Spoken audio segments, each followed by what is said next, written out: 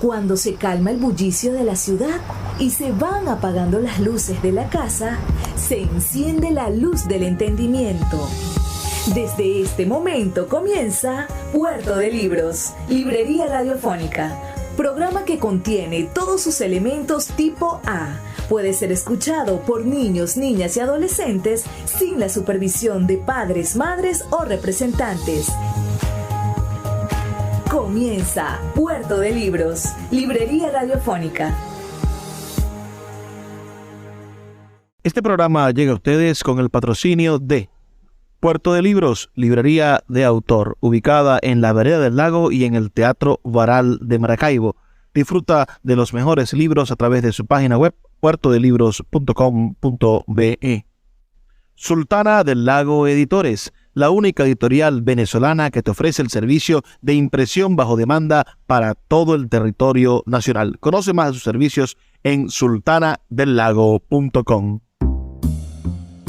Bienvenidos a Puerto de Libros, Librería Radiofónica. Les habla Luis Peroso Cervantes, quien de lunes a viernes a través de la Red Nacional de Emisoras Radio Fe y Alegría trae para ustedes este programa con muchísimo cariño y con intención, por supuesto, de llevar a sus hogares buena literatura, buenas excusas para el entendimiento y, por supuesto, un granito de intelectualidad, de reflexión para que construyamos nuestro particular, muy personal y necesario criterio, porque si usted tiene criterio puede tomar buenas decisiones, y el criterio no es algo que usted vaya a obtener de manera gratuita o de un día para otro se levanta con criterio. El criterio se construye a partir del desarrollo de ideas propias, y las ideas propias vienen de ideas que tomamos prestadas, de ideas que entendemos, que escuchamos y que desarrollamos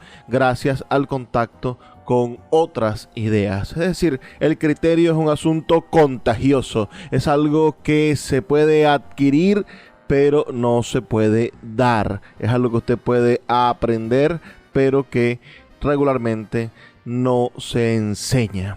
Así van las cosas, ¿no? En este mundo donde hace tanta falta que cada individuo sea dueño de su propio criterio.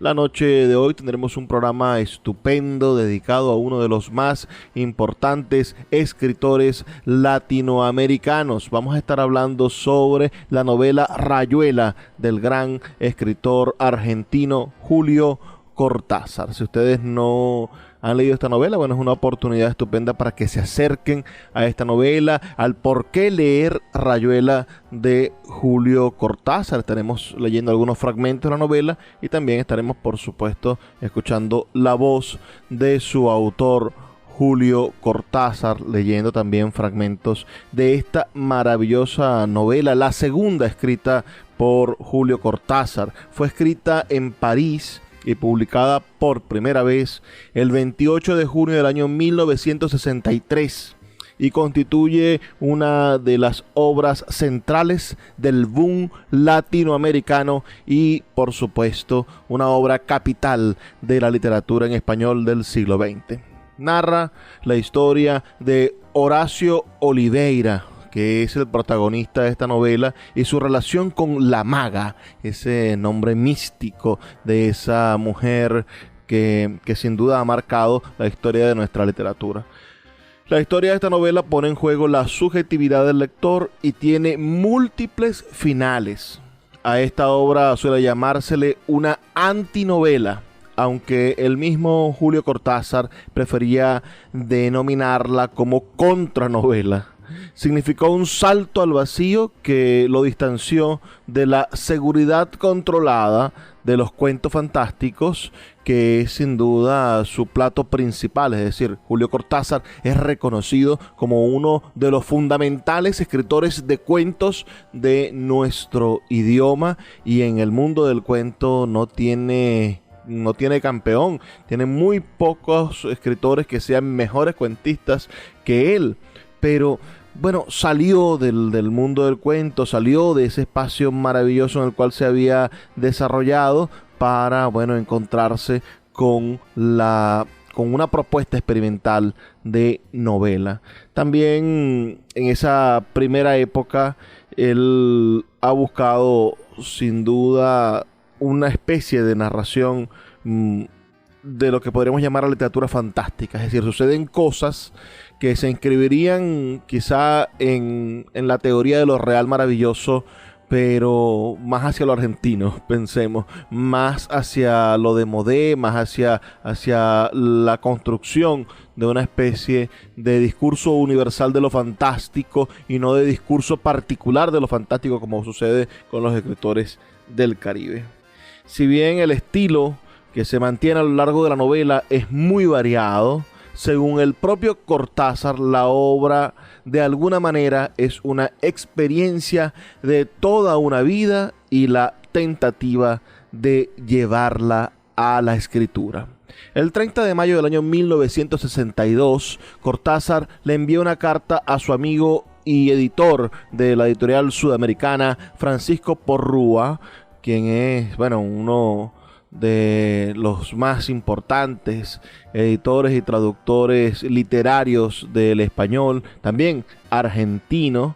Y en esta carta que escribe Cortázar el 30 de mayo del 62, le dice que su novela Rayuela fue enviada por avión al editor Julián Urgoiti, agradeciéndole por dar prioridad a su publicación en lugar de su nueva edición aumentada de los cuentos de su libro Final de Juego.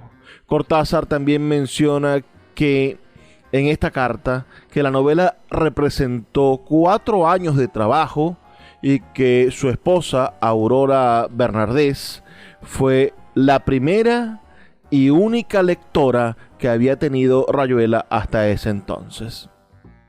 Julio Cortázar tenía originalmente pensado titular a esta novela como Mandala, nombre que alude a los símbolos circulares del hinduismo y del budismo que representan los universos internos, los microcosmos, y los externos, los macrocosmos, y se utilizan en la meditación para alcanzar la unidad del ser, justamente la búsqueda de Horacio, protagonista de la novela. Sin embargo, el autor le sonaba pretencioso titularla así.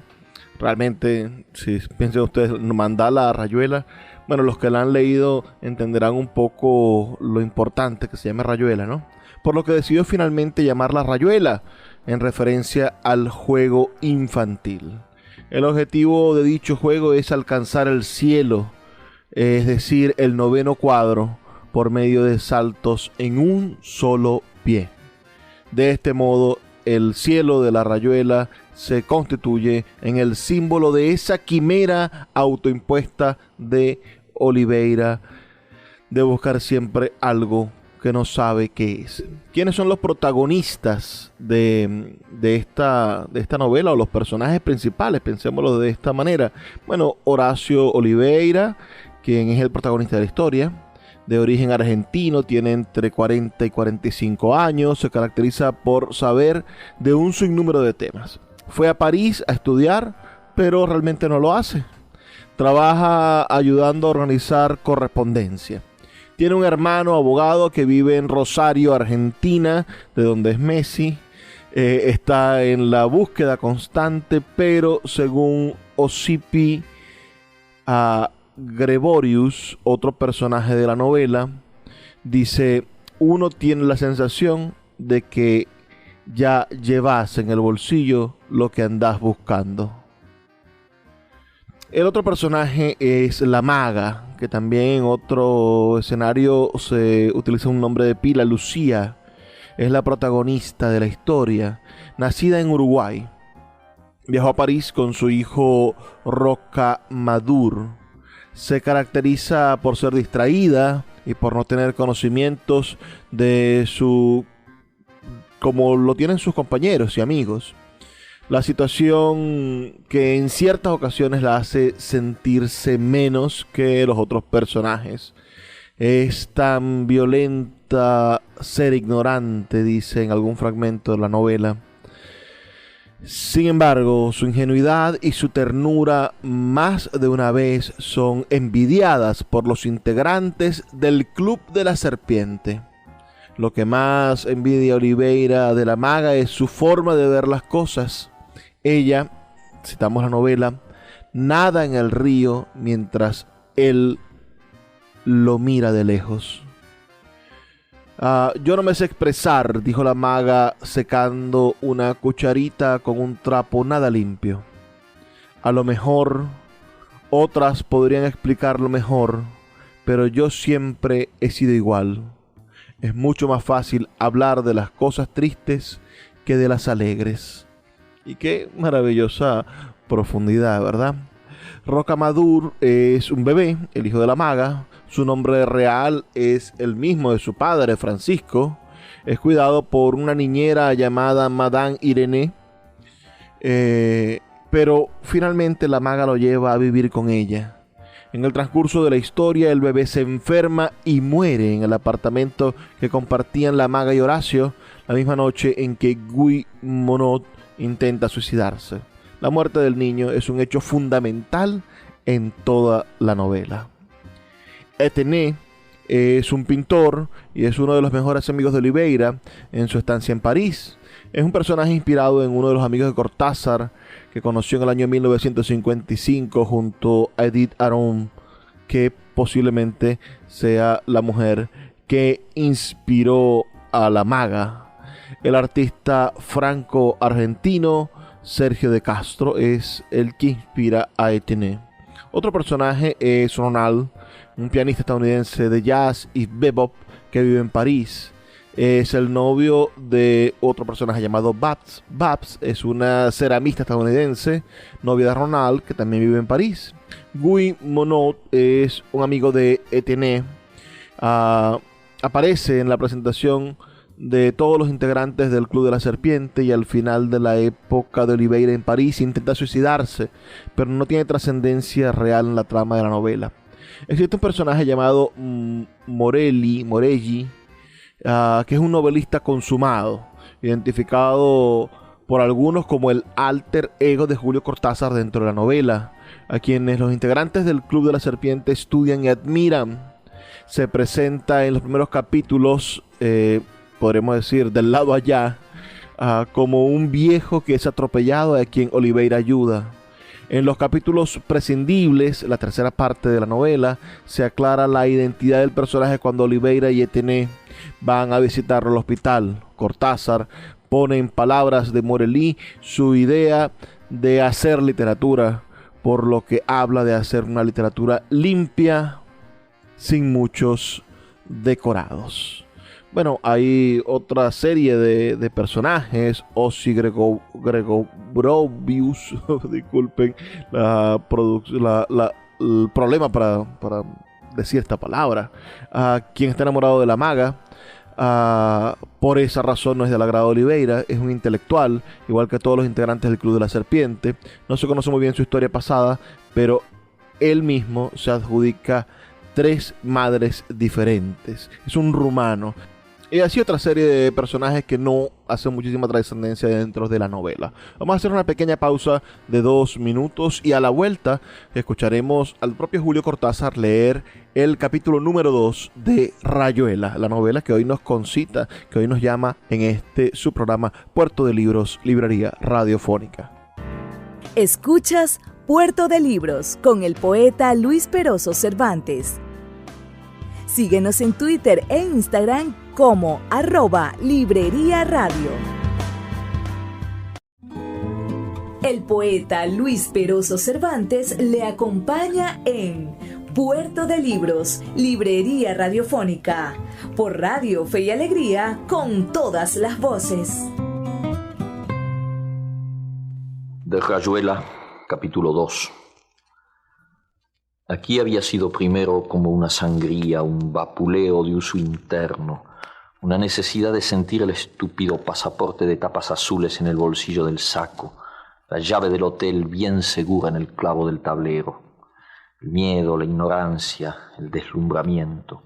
Esto se llama así, eso se pide así. Ahora esa mujer va a sonreír. Más allá de esa calle empieza el Jardin des Plantes. París. Una tarjeta postal con un dibujo de Klee al lado de un espejo sucio. La maga había aparecido una tarde en la Rue du Cherche-Midi. Cuando subía a mi pieza de la Rue de la Tombe Issoire, traía siempre una flor, una tarjeta Clé o Miró. Si no tenía dinero, elegía una hoja de plátano en el parque. Por ese entonces, yo juntaba alambres y cajones vacíos en las calles de la madrugada y fabricaba móviles, perfiles que giraban sobre las chimeneas, máquinas inútiles que la maga me ayudaba a pintar. No estábamos enamorados, hacíamos el amor con un virtuosismo desapegado y crítico, pero después caíamos en silencios terribles y la espuma de los vasos de cerveza se iba poniendo como estopa, se entibiaba y contraía mientras nos mirábamos y sentíamos que eso era el tiempo. La maga acababa por levantarse y daba inútiles vueltas por la pieza. Más de una vez la vi admirar su cuerpo en el espejo, tomarse los senos con las manos como las estatuillas sirias y pasarse los ojos por la... Nunca pude resistir al deseo de llamarla a mi lado, sentirla caer poco a poco sobre mí, desdoblarse otra vez después de haber estado por un momento tan sola y tan enamorada frente a la eternidad de su cuerpo. En ese entonces no hablábamos mucho de Rocamadour. El placer era egoísta y nos topaba gimiendo con su frente estrecha, nos ataba con sus manos llenas de sal. Llegué a aceptar el desorden de la maga como la condición natural de cada instante. Pasábamos de la evocación de Rocamadour a un plato de fideos recalentados, mezclando vino y cerveza y limonada, bajando a la carrera para que la vieja de la esquina nos abriera 2 docenas de ostras, tocando en el piano descascarado de Madame Noguet melodías de Schubert y preludios de Bach, o tolerando Porgy and Bess con bifes a la plancha y pepinos salados. El desorden en que vivíamos, es decir, el orden en que un bidet se va convirtiendo por obra natural y paulatina en discoteca y archivo de correspondencia por contestar, me parecía una disciplina necesaria, aunque no quería decírselo a la maga. Me había llevado muy poco comprender que a la maga no había que plantearle la realidad en términos metódicos. El elogio del desorden la hubiera escandalizado tanto como su denuncia. Para ella no había desorden, lo supe en el mismo momento en que descubrí el contenido de su bolso. Era en un café de la Rue Réaumur, llovía, y empezábamos a desearnos, mientras que yo lo aceptaba y lo favorecía después de haberlo identificado.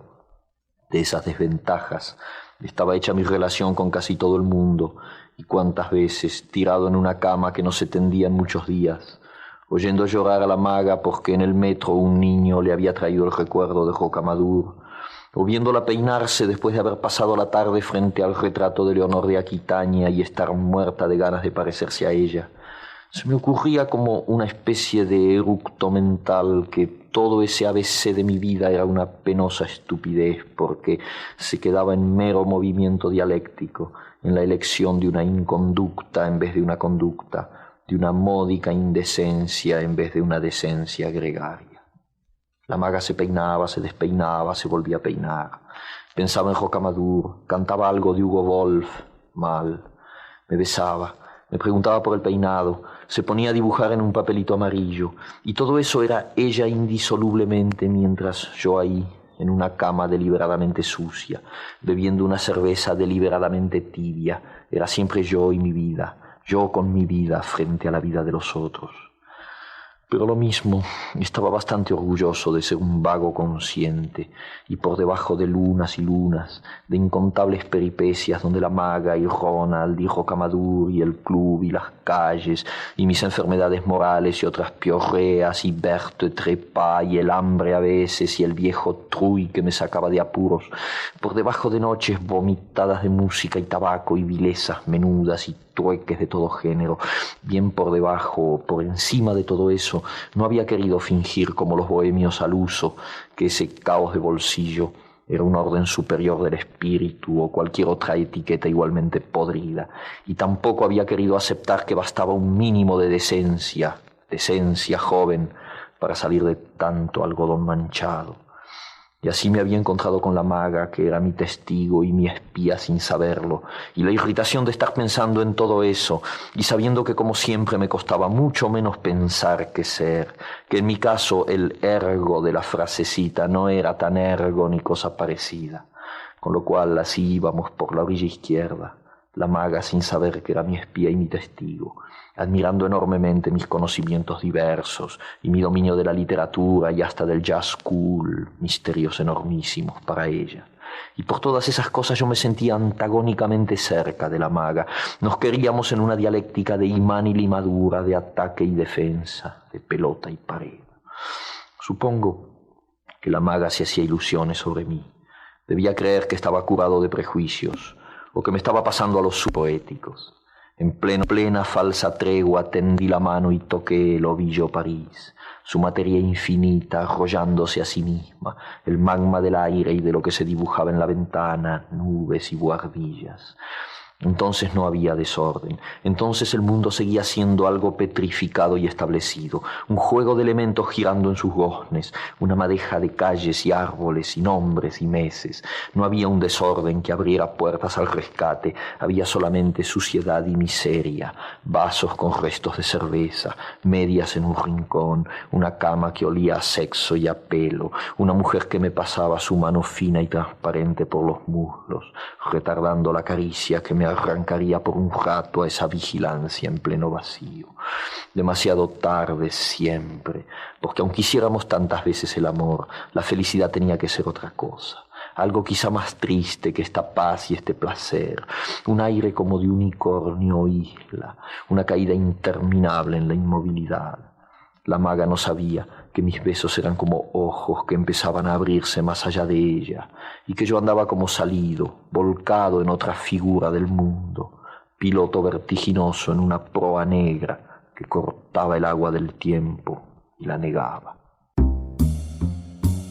Qué maravilloso segundo capítulo de Rayuela de Julio Cortázar, leída por su propio autor. Ahora hablemos un poco de las características de esta novela, la manera en la que se puede leer. Tiene un total de 155 capítulos. Rayuela puede leerse de varias maneras. La lectura formal, leyendo secuencialmente de principio a fin, es la fundamental, ¿no? Digamos, como se lee en todas las novelas.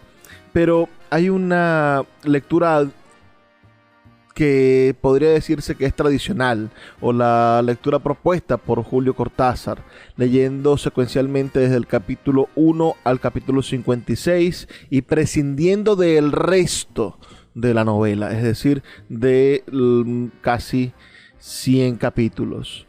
Y después el Cortázar nos dice que evidentemente hay un orden que lo puede imponer el lector, el orden que el lector desee, una posibilidad que exploró después Cortázar de manera más expedita en su novela 62, Modelo para armar. Pero la más interesante, quizás la propuesta que hace que este libro sea tan revolucionario, es una secuencia establecida por el autor en un tablero de dirección que se encuentra al inicio del libro y que propone una lectura completamente distinta, saltando y alternando capítulos. Ese orden que comprende textos de otros autores y ámbitos, constituye una fragmentación y da la sensación de una especie de novela mosaico. Si leemos textualmente en la novela, Cortázar nos dice lo siguiente, nos dice, coloca tablero de dirección. A su manera, este libro es muchos libros, dice Julio Cortázar, pero sobre todo es 2 libros. El primero se deja leer en forma corriente y termina en el capítulo 56, al pie del cual hay 3 vistosas estrellitas que equivalen a la palabra fin. Por consiguiente, el lector prescindirá sin remordimientos de lo que sigue.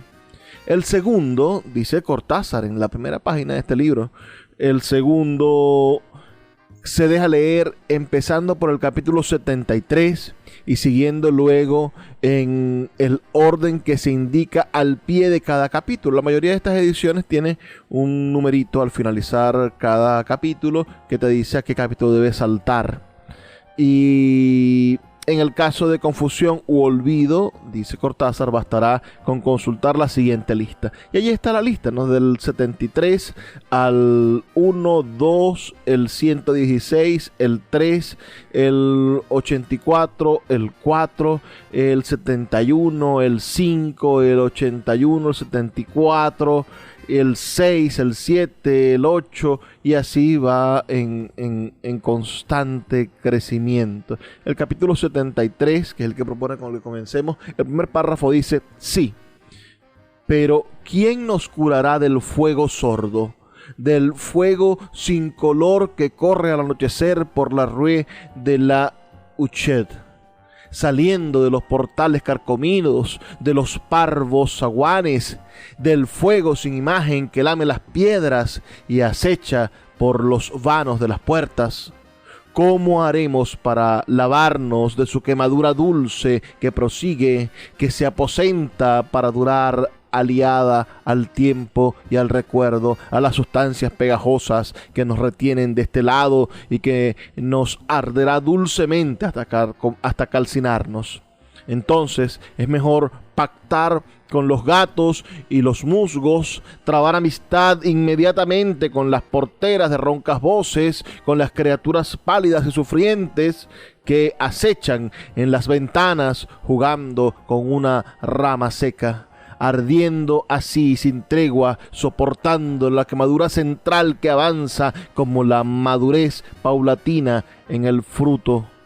Ser el pulso de una hoguera en esta maraña de piedra interminable, caminar por las noches de nuestra vida con la obediencia de la sangre en su circuito ciego. Así comienza el capítulo 73, que se extiende en otros 3 párrafos maravillosos, bueno, en un párrafo gigante, maravillosamente poético, y que te pide que saltes al capítulo 1, que comienza con una interrogante que dice: ¿encontraría a la maga? Esa es la primera oración que se hace esta novela, que se plantea esta maravillosa novela Rayuela de Julio Cortázar, que estamos nosotros compartiendo la noche de hoy para todos ustedes. Saltemos quizás al que es el capítulo más conocido de esta novela, que es una especie de poema de amor y que habla sobre la magia del beso. Describe el beso con pasión, y si usted ha estado enamorado y se ha besado de esta manera, espero que esta descripción que hace el propio Cortázar en su capítulo 7 le sirva para recordar esos besos apasionados. Y si usted todavía es un joven o una jovencita y quiere enamorar a alguien, le recomiendo que le dedique el poema número 7 de Cortázar y le diga: te quiero besar, como se describe en este capítulo número 7 de la novela Rayuela. Pero al comenzar el próximo segmento, porque ya se nos acabó el tiempo en estamos en Puerto de Libros, Librería Radiofónica. Síguenos en @Librería Radio. Puerto de Libros, librería de autor. 7 años siendo la librería virtual más grande de Venezuela, con 2 sedes físicas, una en el Teatro Baral de Maracaibo y otra en la Vereda del Lago. Es un centro cultural dedicado al libro, proyecciones de cine gratuitas, talleres literarios, formación de nuevos escritores, talleres de teatro y de música, todo en un espacio dedicado al mundo de los libros y del conocimiento. Síguenos en nuestras redes sociales @Puerto de Libros y compra todos nuestros libros en la página web www.puertodelibros.com.be. Puerto de Libros, la librería que estás buscando. El poeta Luis Peroso Cervantes le acompaña en Puerto de Libros, Librería Radiofónica, por Radio Fe y Alegría, con todas las voces. Rayuela, capítulo 7. Toco tu boca. Con un dedo toco el borde de tu boca. Voy dibujándola como si saliera de mi mano, como si por primera vez tu boca se entreabriera. Y me basta cerrar los ojos para deshacerlo todo y recomenzar. Hago nacer cada vez la boca que deseo, la boca que mi mano elige y te dibuja en la cara. Una boca elegida entre todas, con soberana libertad elegida por mí para dibujarla con mi mano en tu cara, y que por un azar que no busco comprender, coincide exactamente con tu boca que sonríe por debajo de la que mi mano te dibuja. Me miras, de cerca me miras, cada vez más de cerca, Y entonces jugamos al cíclope. Nos miramos cada vez más de cerca y los ojos se agrandan, se acercan entre sí, se superponen y los cíclopes se miran, respirando confundidos. Las bocas se encuentran y luchan tibiamente, mordiéndose con los labios, apoyando apenas la lengua en los dientes, jugando en sus recintos donde un aire pesado va y viene con un perfume viejo y un silencio.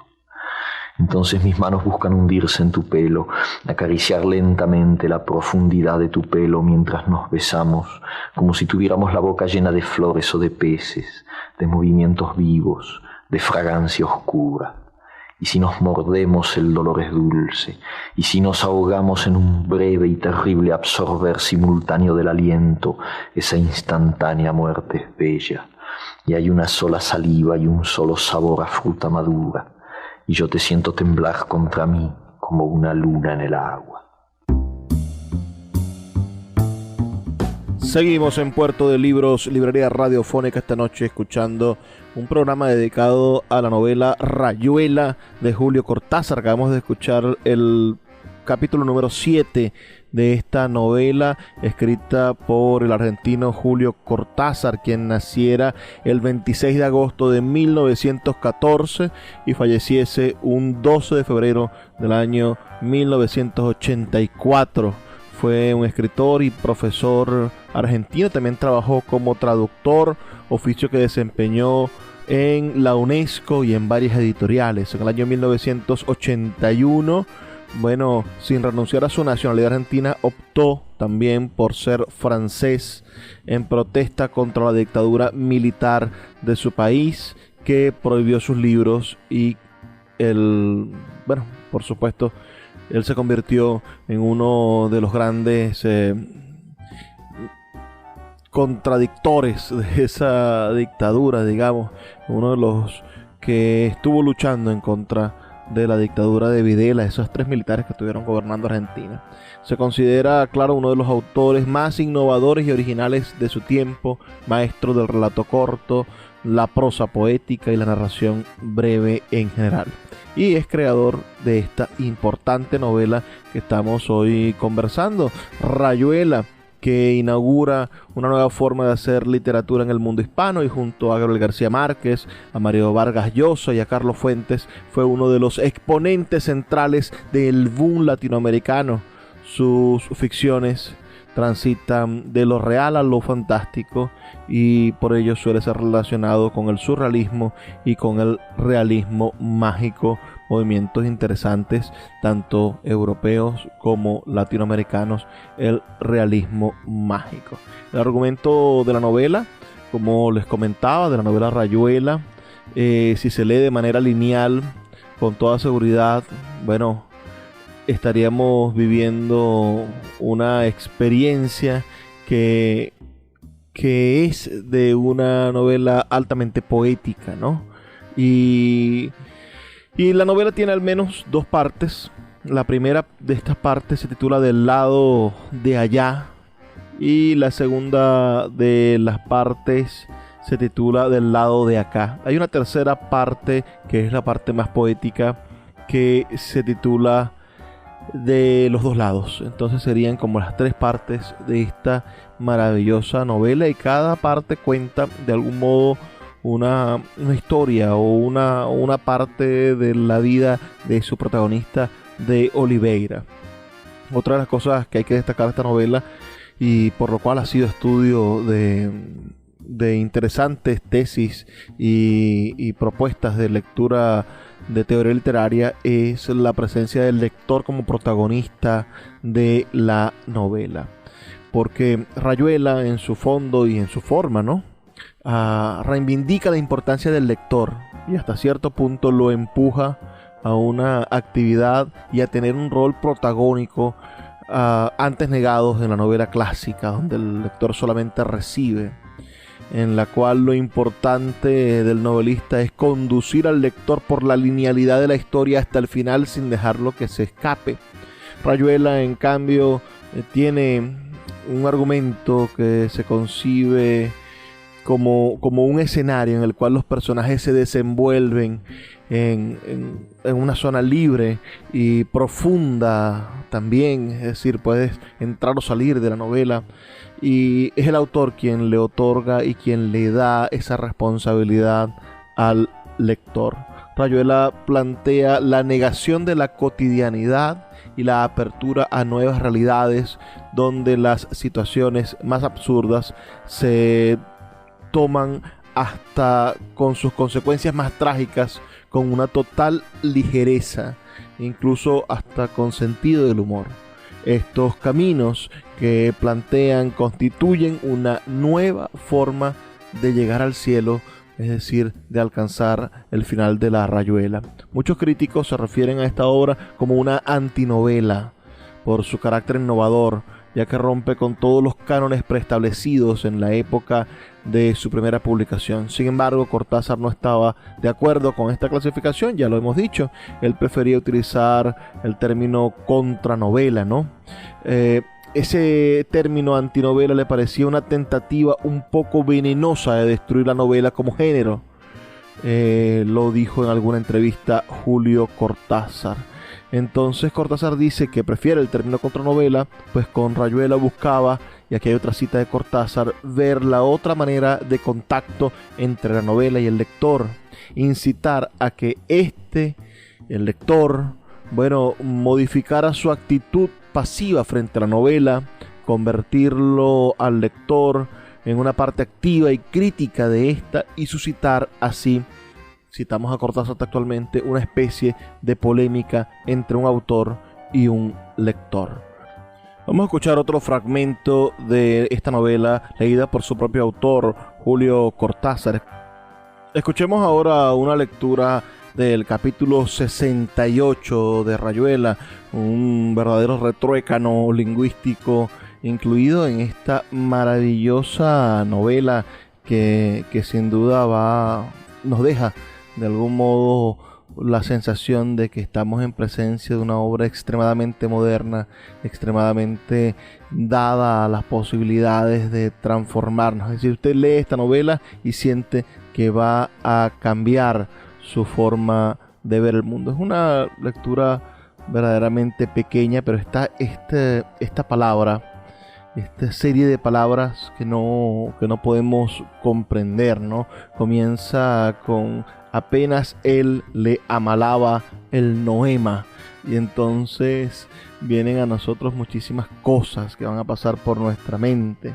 El noema, según el diccionario Oxford, nos dice pensamiento en lo que se refiere a contenido objetivo del pensar, a diferencia del acto de pensar o la noesis. Entonces, un noema es una palabra que existe, es el objetivo del pensar. Y entonces comienza esta frase o este capítulo 68 que ya vamos a escuchar en la propia voz de Cortázar con le amalaba el noema. Y por eso el amalar también es un verbo interesante en lenguaje musical o armonioso a manera de un juego utilizado entre enamorados o entre las madres y su hijo. Es un llamado quedo armonioso, delicado. Eso es amalar. Entonces este capítulo 68 comienza diciéndolos: apenas él le amalaba el noema, a ella se le agolpaba el clémiso y caían en hidromurias. Y así es todo este breve pero interesantísimo capítulo 68, que es una especie genial de peripecia verbal y que demuestra mucho de lo que tiene para nosotros Cortázar en su novela Rayuela. Esto lo he leído mientras miraba el árbol del patio, que ya es un esqueleto negro contra este cielo gris y bajo y con nieve de París en diciembre, y que nadie, creo, pintó mejor que Marquet. Es un día para no moverse de casa, para inventar ceremonias de interior, para leer, por ejemplo, un pasaje de Rayuela, que con esa claridad que es la característica dominante de su estilo, dice: apenas él le amalaba el noema, a ella se le agolpaba el clémiso y caían en hidromurias, en salvajes ambonios, en sus talos exasperantes. Cada vez que él procuraba relamar las 5 pelusas, se enredaba en un grimado quejumbroso y tenía que embulsionarse de cara al nóvalo, sintiendo como poco a poco las arnillas se espejunaban, se iban apeltronando, reduprimiendo, hasta quedar tendido como el trimalciato de ergomanina al que se le han dejado caer unas fílulas de cariaconcia. Y sin embargo era apenas el principio, porque en un momento dado ella se tordulaba los urgalios, consintiendo en que le aproximara suavemente sus orfelunios. Apenas se entreplumaban, algo como un ulucordio los encrestoriaba, los extrayuxtaba y paramovía. De pronto era el clinón, la esterfurosa convulcante de las mátricas, la jadeollante embocaplumia del orgumio, los esproemios del merpasmo en una sobreomítica agopausa. Evoé, evoé. Volposados en la cresta del Murelio se sentían Valparamar, Perlinos y Márulos, temblaba el Troc, se vencían las Marioplumas, y todo se resolviraba en un profundo pínice, en niolamas de argu tendidas gasas, en cariñas casi crueles que los ordopenaban hasta el límite de las gunfias. Puerto de Libros, Librería Radiofónica, tu canal diario para encontrar nuevos libros. Con el poeta Luis Peroso Cervantes. Síguenos en @Librería Radio.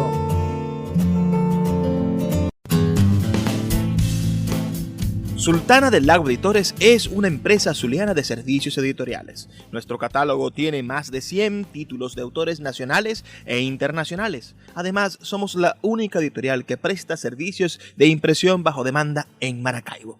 No necesitas invertir en grandes tirajes. Tus lectores pedirán tu libro, nosotros lo imprimiremos y tú obtendrás regalías. Por ello, también editamos internacionalmente en Amazon y Google Play Books. Conoce más en nuestra nueva página web www.sultanadelago.com o siguiéndonos en Instagram como @sultanadelago. Te invito a leer el periódico digital Tercera Voz. Periodismo inclusivo, podcast, noticias, opinión, entretenimiento. Todo lo que estás buscando para informarte en un solo lugar. Entra en su página web terceravoz.com y mantente al día con toda la información que necesitas. Tercera Voz. Periodismo inclusivo.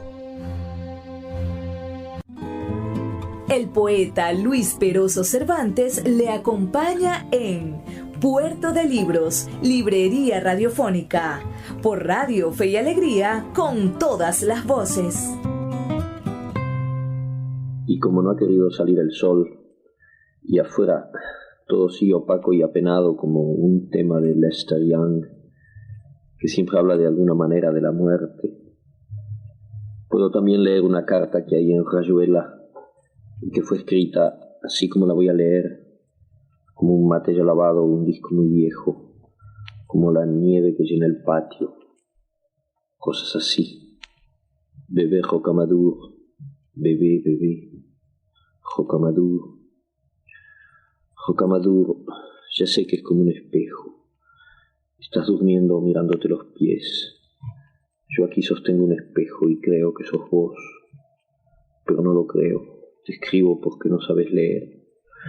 Si supieras no te escribiría, o te escribiría cosas importantes. Alguna vez tendré que escribirte que te portes bien o que te abrigues. Parece increíble que alguna vez, Rocamadour. Ahora solamente te escribo en el espejo. De vez en cuando tengo que secarme el dedo porque se moja de lágrimas. ¿Por qué, Rocamadour? No estoy triste, tu mamá es una pavota. Se me fue al fuego el borsch que había hecho para Horacio. ¿No sabes quién es Horacio, Rocamadour? El señor que el domingo te llevó el conejito de terciopelo, que se aburría mucho porque vos y yo nos estábamos diciendo tantas cosas y él quería volver a París. Entonces te pusiste a llorar y él te mostró cómo el conejito movía las orejas. En ese momento estaba hermoso. Quiero decir Horacio. Un día comprenderás, Rocamadour. Rocamadour. Es idiota llorar así porque el borsch se ha ido al fuego. La pieza está llena de remolacha, Rocamadour. Te divertirías si vieras los pedazos de remolacha y la crema, todo tirado por el suelo. Menos mal que cuando venga Horacio ya habré limpiado. Pero primero tenía que escribirte. Llorar así es tan tonto. Las cacerolas se ponen blandas. Se ven como halos en los vidrios de la ventana. Y ya no se oye cantar a la chica del piso de arriba, que canta todo el día. Les amants du Havre. Cuando estemos juntos te lo cantaré, verás. Puisque la terre est ronde, mon amour t'en fais pas. Mon amour t'en fais pas. Horacio la silba de noche cuando escribe o dibuja. A ti te gustaría, Rocamadour. A vos te gustaría. Horacio se pone furioso porque me gusta hablar de tú como Perico. Pero en el Uruguay es distinto. Perico es el señor que no te llevó nada el otro día, pero que hablaba tanto de los niños y la alimentación. Sabe muchas cosas. Un día le tendrás mucho respeto, Rocamadour. Y serás un tonto si le tienes respeto. Si le tenés respeto, Rocamadour. Rocamadour, Madame Irene no está contenta de que seas tan lindo, tan alegre, tan llorón y gritón y meón. Ella dice que todo está muy bien y que eres un niño encantador. Pero mientras habla esconde las manos en los bolsillos del delantal como hacen algunos animales malignos, Rocamadour, y eso me da miedo. Cuando se lo dije a Horacio se reía mucho, pero no se da cuenta de que yo lo siento y que aunque no haya ningún animal maligno que esconde las manos, yo siento.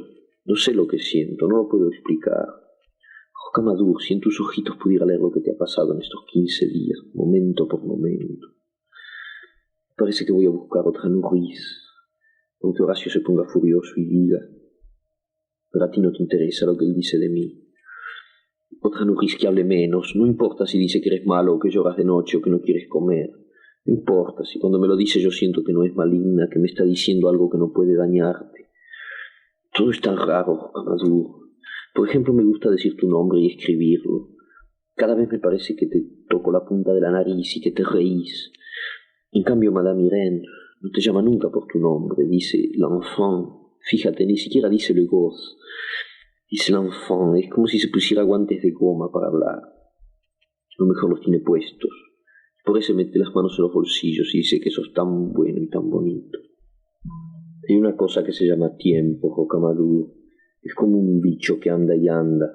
No te puedo explicar porque eres tan chico, pero quiero decir que Horacio llegará enseguida. ¿Le dejo leer mi carta para que él también te diga alguna cosa?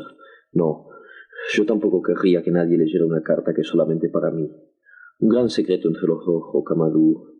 Ya no lloro más, estoy contenta, pero es tan difícil entender las cosas. Necesito tanto tiempo para entender un poco eso que Horacio y los otros entienden enseguida. Pero ellos que todo lo entienden tan bien, no te pueden entender a ti y a mí.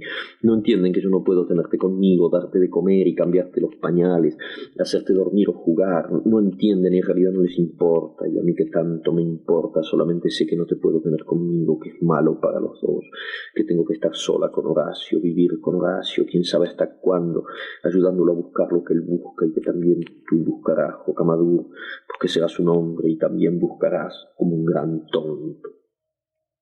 Es así, Rocamadour, en París somos como hongos, crecemos en los pasamanos de las escaleras, en piezas oscuras donde huele a cebo, donde la gente hace todo el tiempo el amor y después fríe huevos y pone discos de Vivaldi, enciende los cigarrillos y habla como Horacio y Gregorovius y Wong y yo, Rocamadour, y como Perico y Ronald y Babs.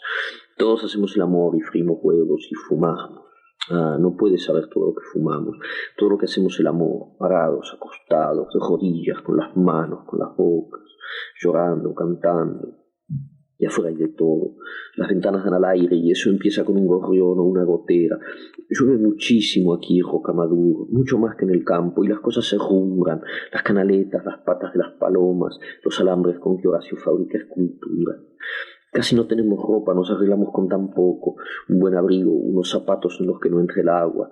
Somos muy sucios, todo el mundo es muy sucio y hermoso en París, Rocamadour. Las camas huelen a noche y a sueño pesado, debajo hay pelusas y libros. Horacio se duerme y el libro va a parar abajo de la cama. Hay peleas terribles porque los libros no aparecen y Horacio cree que se los ha robado Zip. Hasta que un día aparecen y nos reímos y casi no hay sitio para poner nada, ni siquiera otro par de zapatos, Rocamadour. Para poner una palangana en el suelo hay que sacar el tocadiscos, pero ¿dónde ponerlo si la mesa está llena de libros? Yo no te podría tener aquí, aunque seas tan pequeño no cabrías en ninguna parte, te golpearías contra las paredes. Cuando pienso en eso me pongo a llorar. Horacio no entiende, cree que soy mala, que hago mal en no traerte. aunque sé que no te aguantaría mucho tiempo. Nadie se aguanta aquí mucho tiempo, ni siquiera tú y yo. Hay que vivir combatiéndose, es la ley, la única manera que vale la pena, pero duele, Rocamadour, y es sucio y amargo. A ti no te gustaría, tú que ves a veces los corderitos en el campo, que oyes los pájaros parados en la veleta de la casa. Horacio me trata de sentimental, me trata de materialista, me trata de todo porque no te traigo, porque quiero traerte, porque renuncio, porque quiero ir a verte, porque de golpe comprendo que no puedo ir, porque soy capaz de caminar 1 hora bajo el agua sin algún barrio que no conozco, pasan Potemkin y hay que verlo aunque se caiga el mundo, Rocamadour, porque el mundo ya no importa si uno no tiene fuerzas para seguir eligiendo algo verdadero. Si uno se ordena como un cajón de la cómoda y te pone a ti de un lado, el domingo del otro, el amor de madre, el juguete nuevo, la gare de Montparnasse, el tren, la visita que hay que hacer. No me da la gana de ir, Rocamadour, y tú sabes que está bien y no estás triste. Horacio tiene razón, no me importa nada de ti a veces. Y creo que eso me lo agradecerás un día cuando comprendas, cuando veas que valía la pena que yo fuera como soy. Pero yo hago lo mismo, Rocamadour, y te escribo esta carta porque no sé, porque a lo mejor me equivoco, porque a lo mejor soy mala o estoy enferma o un poco idiota, no mucho, un poco, pero eso es terrible. La sola idea me da cólicos, tengo completamente metidos para adentro los dedos de los pies, voy a reventar los zapatos y no me los saco. Te quiero tanto, Rocamadour, bebé Rocamadour, dientecito de ajo, te quiero tanto, nariz de azúcar, arbolito, caballito de juguete.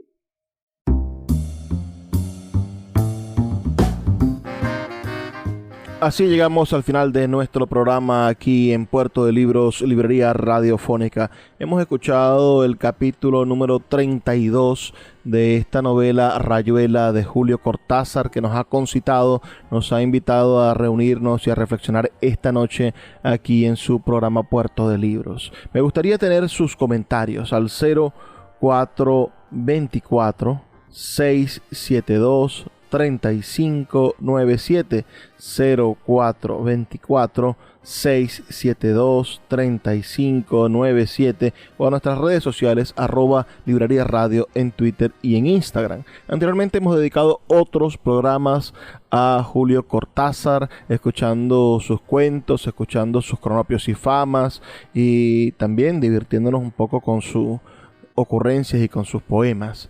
Y también creo que tenemos un programa dedicado a la musicalización, los poemas musicalizados o los textos que han sido musicalizados de Julio Cortázar. Todo esto usted lo puede conseguir en nuestra página web libreriaradio.org